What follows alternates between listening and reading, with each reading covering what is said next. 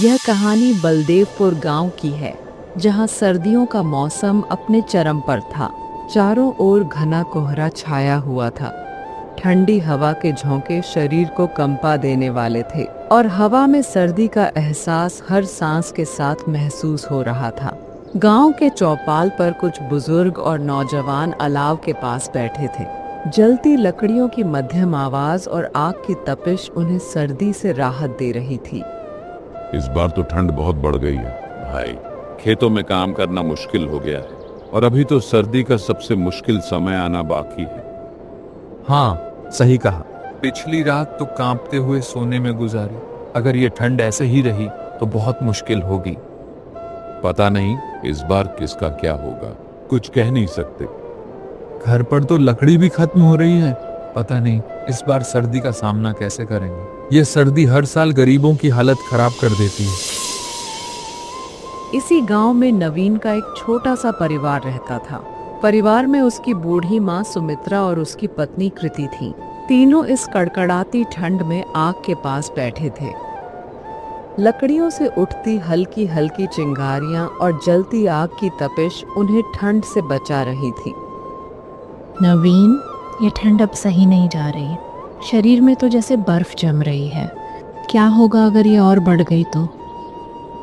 हाँ कृति, हर साल ऐसी सर्दी नहीं होती थी। इस बार तो जैसे ठंड का कहर है। लकड़ी भी खत्म हो रही है। ठंड का ऐसा असर पहली बार देख रही हूँ। ये ना जाने यह कब खत्म होगी। हम कितने दिन और इस ठंड को झेल पाएंगे। आप सही कह रही हैं माँ। इस बार तो हड्डियां तक टूटने लगी हैं। रात को सोना भी मुश्किल हो गया है। लगता है अब तो ये ठंड हमें ले डूबेगी। क्या करें कृति, बाहर काम करना भी मुश्किल हो रहा है। जब सर्दी होती है तो कोई भी खेत में काम करने नहीं आता।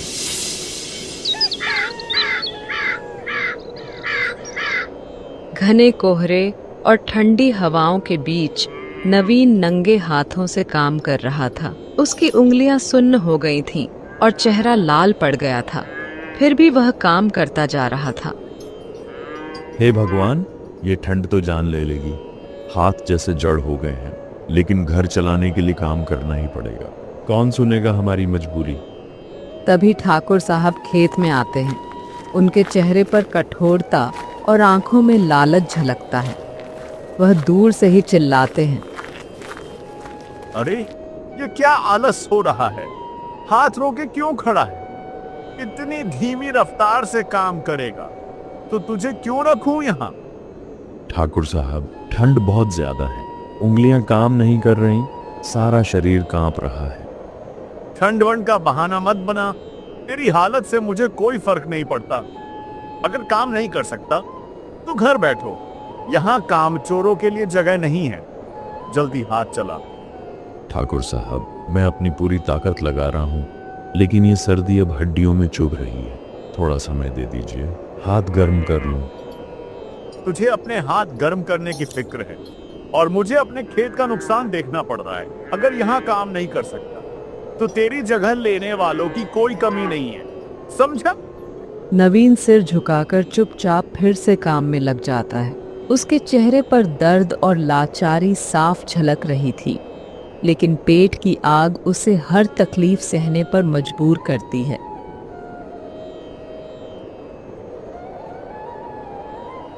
काम खत्म करके थका हारा नवीन घर की ओर चल देता है।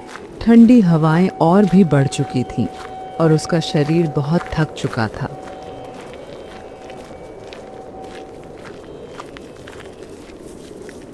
नवीन भाई, आप तो लग रहे हो जैसे बर्फ में फंसे हो। आओ हमारे पास बैठो, यहाँ थोड़ी गर्मी मिल जाएगी। नहीं भाई, मुझे तो बस घर पहुंचना है। काम करके थक गया हूँ। तुम सच में बहुत थके हुए लग रहे हो। आओ थोड़ी देर बैठो, हमें भी तुमसे बात करनी है। ये ठंड सभी को परेशान कर रही है। लेकिन कब तक इसी तरह से दिन गुजरेंगे? घर में सब चिंतित हैं। ठंड ने तो सबकी हालत खराब कर दी है। तुम सही कहते हो, ठंड और गरीबी ने सबको बहुत तोड़ा है। लेकिन उम्मीद मत छोड़ो नवीन भाई, एक दिन सब कुछ बदल जाएगा। ठीक है दोस्तों, मुझे अब घर लौटना चाहिए। तुम्हारे साथ बैठकर अच्छा लगा। भगवान का आशीर्वाद तुम लोगों पर बना रहे। तुम भी ध्यान रखना नवीन भाई।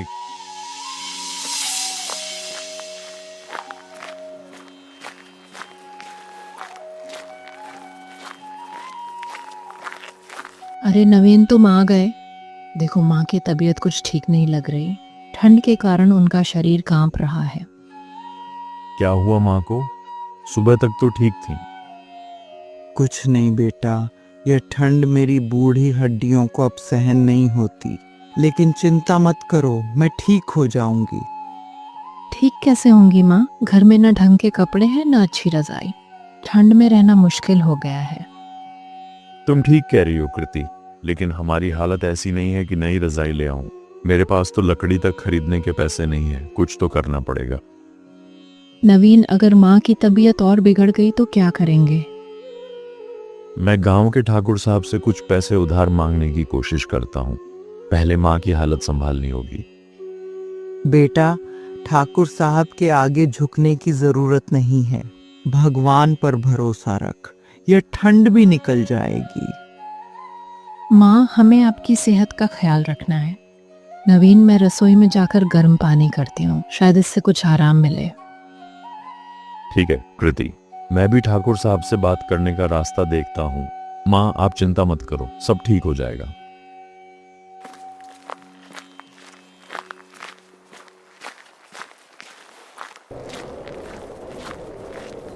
अरे नवीन, इस समय क्या बात है? कोई काम होगा, बोलो। ठाकुर साहब, मेरी माँ की तबीयत बहुत खराब है। ठंड के कारण उनकी हालत बिगड़ गई है। मेरे पास दवाई खरीदने के पैसे नहीं हैं। मैं आपसे उधार मांगने आया हूँ। नवीन, तुम जानते हो कि मैं बिना गिरवी रखे उधार नहीं देता। तुम्हारे पास गिरवी रखने के लिए क्या है? तुम्हारा तो कोई खेत भी नहीं है। ठाकुर साहब, मेरे पास खेत तो नहीं है, लेकिन मेरा एक छोटा सा घर है। मैं वही गिरवी रखने को तैयार हूँ। बस माँ की जान बचाने के लिए थोड़े पैसे चाहिए। तो तुम अपना घर गिरवी रखना चाहते हो? जान लो, अगर समय पर पैसे नहीं लौटाए तो तुम्हारा घर मेरे नाम हो जाएगा और तब तुम्हारे पास रहने के लिए भी जगह नहीं बचेगी। ठाकुर साहब, मुझे कोई और रास्ता नहीं दिख रहा। आप जो भी शर्त रखें मैं मानने को तैयार हूँ। बस मेरी माँ के लिए ये पैसे दे दीजिए।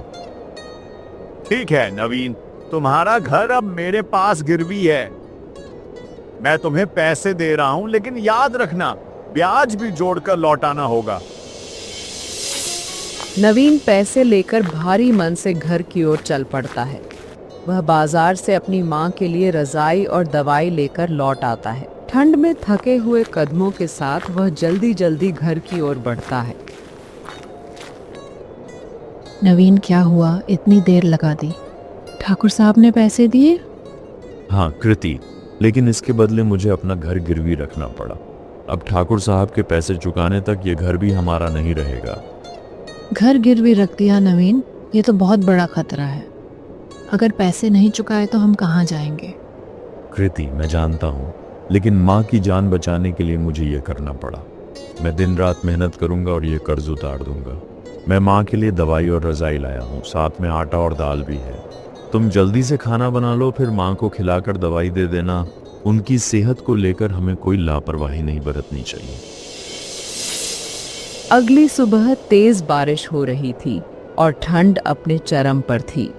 बारिश की बूंदों के साथ बहती ठंडी हवाएं हर चीज को जमा देने पर तुली थी। नवीन और कृति घर के दरवाजे के पास खड़े होकर बाहर हो रही बारिश को देख रहे थे।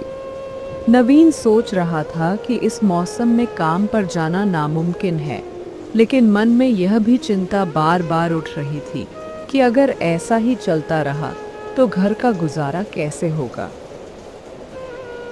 नवीन, ये बारिश तो थमने का नाम ही नहीं ले रही। ठंड भी बढ़ती जा रही है। ऐसे में काम पर कैसे जाना होगा? काम पर न जाऊं तो घर का खर्च कैसे चलेगा? बारिश और ठंड की परवाह किए बिना जाना तो पड़ेगा। लेकिन इतनी ठंड में बाहर जाना ठीक होगा? कल का दिन देख लेते हैं। ठंड का क्या करें कृति, पेट तो हर दिन भरना पड़ता है। मुझे अभी ही निकलना होगा, वरना देर हो जाएगी। कम से कम बारिश थमने का इंतजार तो कर लो। ऐसे में बीमार पड़ गए तो और मुश्किल होगी। बीमार पड़ने का समय नहीं है कृति। ये मौसम चाहे जैसा भी हो, काम पर तो जाना ही पड़ेगा। इतना कहकर नवीन तेज बारिश और ठंडी हवाओं के बीच काम पर जाने के लिए निकल पड़ता है। तेज बारिश और सर्द हवाओं के बीच नवीन खेत में काम कर रहा था। कपड़े पूरी तरह भीग चुके थे और ठंड से उसके हाथ कांप रहे थे। बावजूद इसके परिवार की जिम्मेदारी ने उसे काम करने से नहीं रोका। अगले दिन भी मौसम ने राहत नहीं दी। तेज बारिश और ठंडी हवाओं का सिलसिला जारी था। नवीन सुबह ही खेत में पहुंच गया। कपड़ों पर पिछली रात का गीलापन अभी भी महसूस हो रहा था, लेकिन उन्हें सुखाने का समय कहाँ था।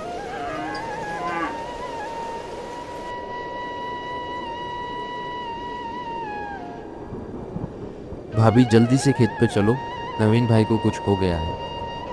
क्या हुआ आदित्य? वो तो थोड़ी देर पहले ही खेत को गए थे। सब ठीक तो है? बारिश में काम करते करते अचानक बेहोश हो गए हैं। लगता है ठंड से उनकी हालत खराब हो गई है। जल्दी चलिए। हे भगवान, मेरे नवीन को कुछ मत होने देना।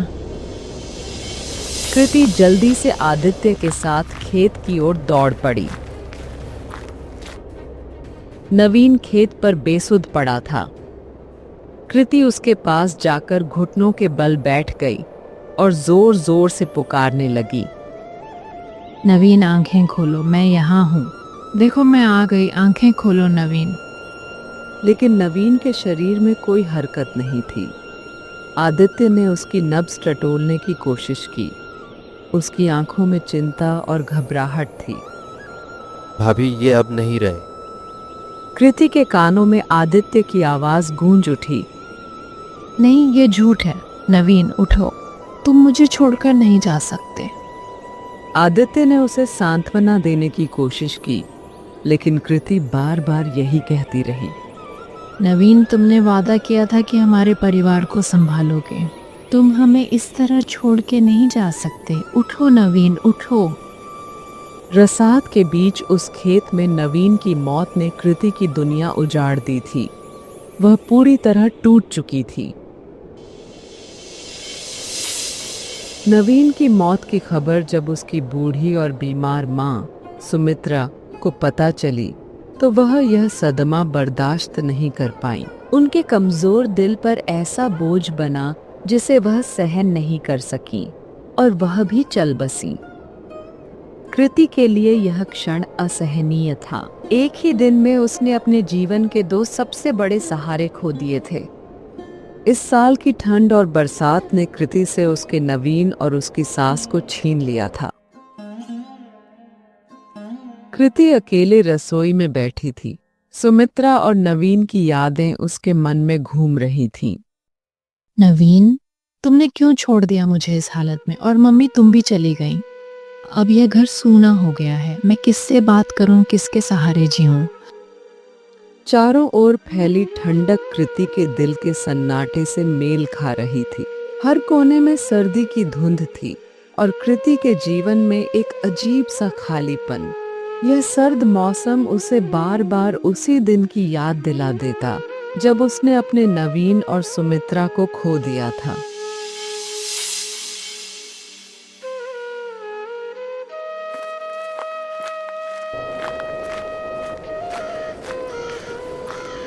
कृति बाहर निकलो, मुझे जरूरी बात करनी है।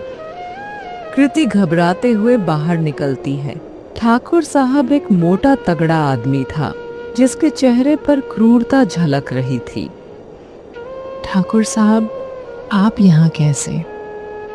मैं वो पैसे लेने आया हूँ जो तुम्हारे पति नवीन ने मुझसे 5,000 उधार लिए थे, और तुम जानती हो इस घर को उसने गिरवी रखा था। ठाकुर साहब, अभी मेरे पास कुछ भी नहीं है। नवीन के जाने के बाद मैं खुद मुश्किल से गुजारा कर रही हूँ। थोड़ा वक्त दे दीजिए। वक्त? मैं किसी को वक्त नहीं देता। अगर पैसे नहीं दे सकती तो ये घर और जमीन मेरा है। अगले महीने तक इसे खाली कर दो। ठाकुर साहब कृपा कीजिए, यह घर मेरे पति की आखिरी निशानी है, मेरे पास और कुछ नहीं है। मुझसे हमदर्दी की उम्मीद मत करो। मैं सिर्फ अपना हक लेने आया हूं। 1 महीने का वक्त दे रहा हूं। अगर पैसे नहीं दिए तो यह घर मेरा होगा। तैयार रहना। ठाकुर साहब गुस्से से चला जाता है। उसके जाते ही कृति फूट फूट कर रोने लगती है। उसकी सिसकियों की आवाज सर्द हवाओं में घुलकर गूंज रही थी। हे भगवान, ये कैसी परीक्षा ले रहे हो?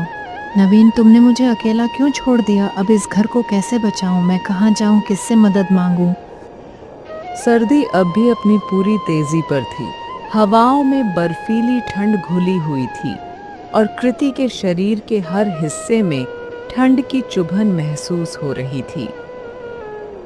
लेकिन उसे अब अपने और इस घर के लिए कुछ करना था।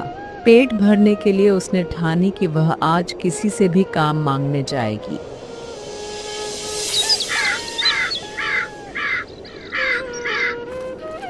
कृति ने अपने पुराने फटे हुए कपड़े पहने और गांव के घरों की ओर बढ़ी। हर दरवाजे पर खड़े होकर उसने काम मांगने की शुरुआत की, उम्मीद करते हुए कि शायद कोई उसकी मदद करेगा। भैया, मुझे कुछ काम दे दो। घर में जो भी छोटा मोटा काम हो मैं कर लूंगी। मेरी मदद करो, मैं बहुत मुश्किल में हूँ। लेकिन अंदर से कोई आवाज नहीं आई। कृति ने थोड़ा इंतजार किया, फिर निराश होकर दूसरे घर की ओर बढ़ी। बहन जी, अगर कुछ काम हो तो मुझे दे दीजिए, मुझे बहुत ज़रूरत है। इस समय हमारे पास कोई ज्यादा काम नहीं है। मैं अपना काम खुद ही कर लेती हूँ। तुम किसी दूसरे घर जाओ। कृति चुपचाप सिर झुकाए चली आती है। अगले घर में भी वही हाल था, कोई काम नहीं था। हर घर में काम का अभाव था और लोग अपनी स्थिति का हवाला देकर उसे वापस भेज रहे थे।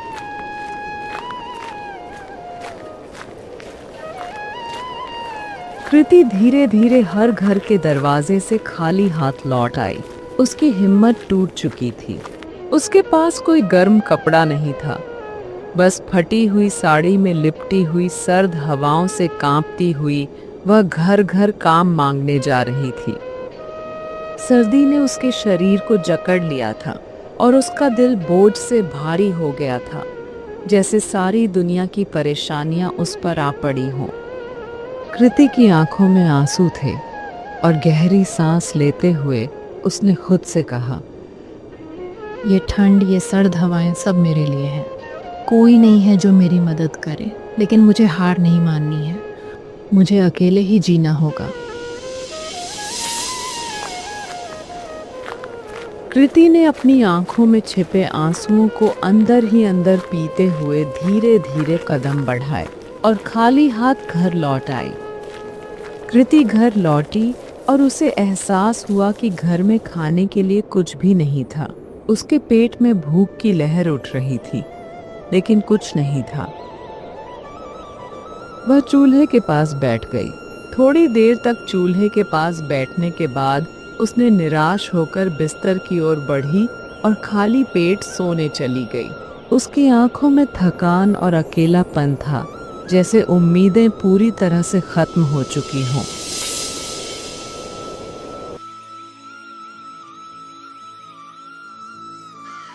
सर्द हवाओं के साथ एक और सुबह आई, लेकिन कृति के लिए यह सिर्फ एक और दुख का दिन था।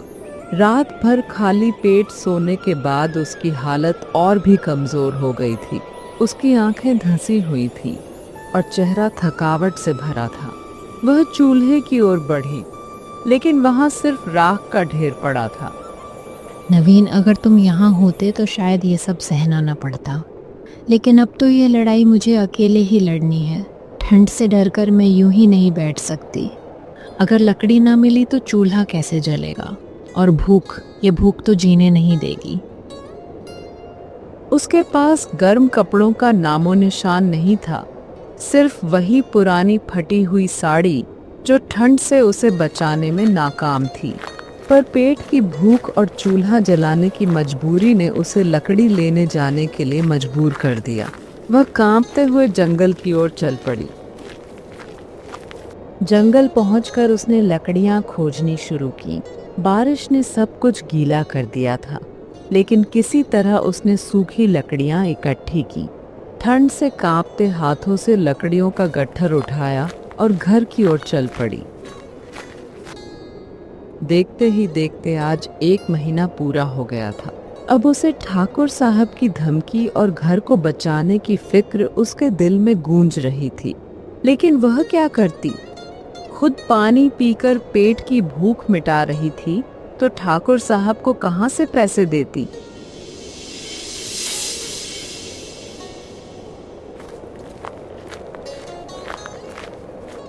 भाई, क्या तुम्हारे यहाँ कुछ काम मिल सकता है? मुझे पैसों की सख्त ज़रूरत है। कृति बहन, हमारे खेतों में भी अभी ज्यादा काम नहीं है, लेकिन अगर कुछ हुआ तो तुम्हें जरूर बुलाऊंगा। कृति ने सिर हिलाया और चुपचाप वापस घर की ओर चल पड़ी। रास्ते में उसे ठाकुर साहब की बात फिर से याद आने लगी। 1 महीने का वक्त दे रहा हूं, अगर पैसे नहीं दिए तो यह घर मेरा होगा, तैयार रहना।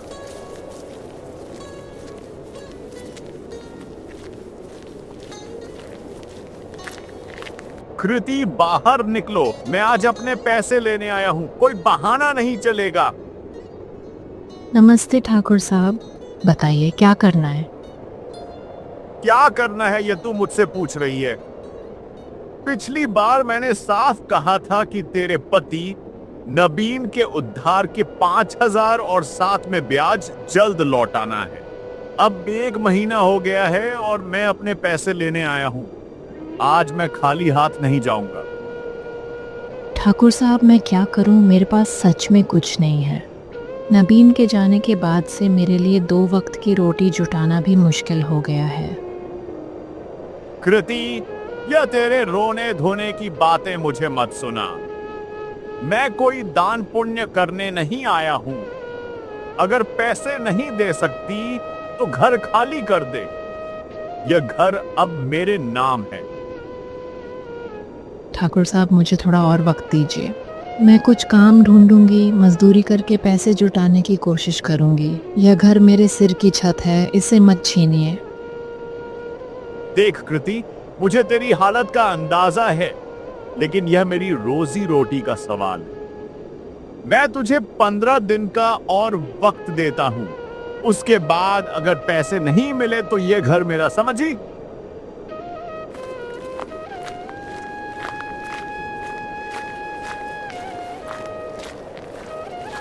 ठाकुर फिर आएगा और मेरा घर छीन लेगा, लेकिन मैं हार मानने वालों में से नहीं हूँ। गांव में सर्दी और बारिश के कारण कोई जंगल नहीं जा रहा लकड़ी लाने।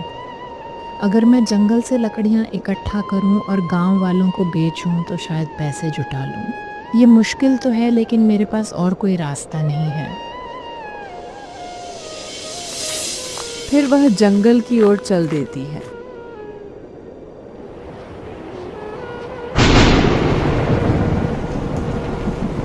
बीच रास्ते में फिर बारिश शुरू हो जाती है।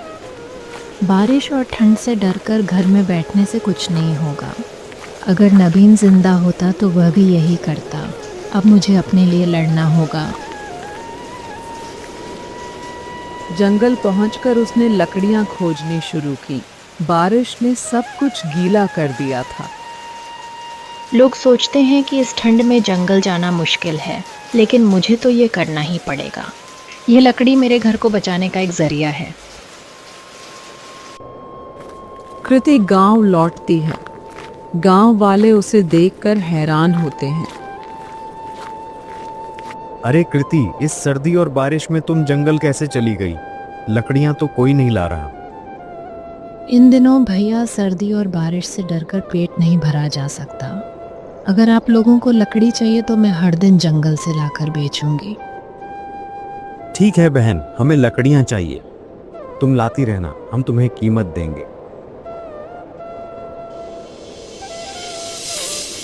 गांव वाले लकड़ियां खरीदने लगते हैं। कृति के चेहरे पर हल्की राहत और संतोष का भाव आता है। वह सोचती है कि अगर इसी तरह वह हर दिन मेहनत करे तो शायद ठाकुर साहब का कर्ज चुका पाएगी। लगातार बारिश के कारण लोग जंगल से लकड़ी लाना बंद कर चुके थे। धीरे धीरे उनके घरों में लकड़ियां खत्म होने लगी थीं। ठंड इतनी बढ़ गई थी कि बिना चूल्हा जलाए दिन गुजारना मुश्किल हो गया था। इस कठिन समय में कृति अकेली थी जो जंगल से लकड़ियां ला रही थी। धीरे धीरे गांव के लोग उसके घर के बाहर जमा होने लगे। हर किसी को लकड़ी चाहिए थी। कुछ अमीर लोग जो हर हाल में लकड़ी चाहते थे, कृति को ऊंची कीमत देने की पेशकश करने लगे। कृति ने इस भीड़ और दबाव को संभालते हुए ईमानदारी से सबकी जरूरतें पूरी करने का फैसला किया। कृति ने अपनी मेहनत और ईमानदारी से सिर्फ 15 दिनों में ठाकुर साहब का पूरा कर्ज चुका दिया। गांव के लोग उसकी मेहनत की सराहना करने लगे और कृति एक मिसाल बन गई। उसका संघर्ष एक नई शुरुआत का संकेत था जिसने उसे सम्मान और सुकून दिलाया।